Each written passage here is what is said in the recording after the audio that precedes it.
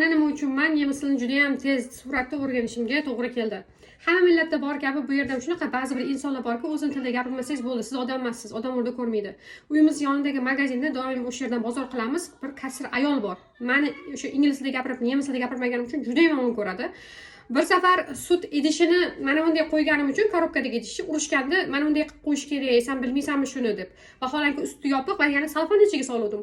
O'tgan safar bozor aravachasida o'g'ilcham 2 yoshli bolamni o'tkazib olgandim. Hamma narsani kassaga qo'ydim. Bolangni ko'tar deydi, bolangni tagiga narsa yashirib olgandirsan deydi. Yoki kolyaskada o'tayotgan bo'lsam, kolyaskamni shunaqa tekshiradi, boshqalar bunaqa qilmaydi, aynan menga shunaqa qiladi. Bugun ham endi nima bo'lar ekan deb уже qarab turibman. Ko'rsanglar, mendan bir 6 ta 7 ta oldimda odam turibdi. Ko'zi menda-da, уже meni ko'rdi, kelyapman, ko'zi menda. Uzoqda menga qarab turibdi-da. Xuddi men o'g'rimanmi, nimadir o'g'irlab ketaman. Indamadim. Shu bilan keldik. Bir mahal hamma narsani o'sha o'tkazyapti-da, mana narsani ichidan mana uni topibdi. 2 yoshli bola men qaramasdan, aravaga qaramasdan, bolamga qaramasdan shu narsa tanlab aravaga solayotgan paytim buni yeb qo'yibdi-da. Menda hamma yosh bola onalarda menimcha bo'lsa kerak. Shunaqa urishyapti meni, nima sen, nega bunaqa haqqing yo'q bu narsani, nima bu narsa, voy bolang tarbiyasiz, shunaqa ketdi nemischasiga. U yoqda kassada odamlar, u menga aql o'rgatish bilan band. Oxiri nemis tilida aytdim. Meni tinch qo'y. Xohlasang o'sha plastik kartada to'layotgandim. Mana shu plastik kartadan ortiqchasini ol. Xohlasang emas, umuman ol.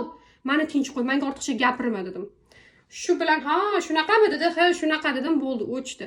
Ya'ni siz agar bu yerga kelsangiz, ko'p holatda nemis tilini bilmasdan, masalan, ingliz tilida yo'lingiz topib yurishingiz mumkin. Hech kim sizdan bir ortiqcha muomala, nima deydi, pastga urish bir narsani bo'lmaydi. Lekin afsuski, bu yerda ham shunaqa bir ikkitasi bor. Lekin men nemis tilini yaxshi ko'raman, chunki juda ko'p nemislar menga yaxshilik qilgan. Shuning uchun bu bilan butun bir nemislarni shunaqa deb yorishim bu juda ham noto'g'ri bo'lardi, chunki bilmadim, nemis o'rtoqlarim juda ham yaxshi insonlar.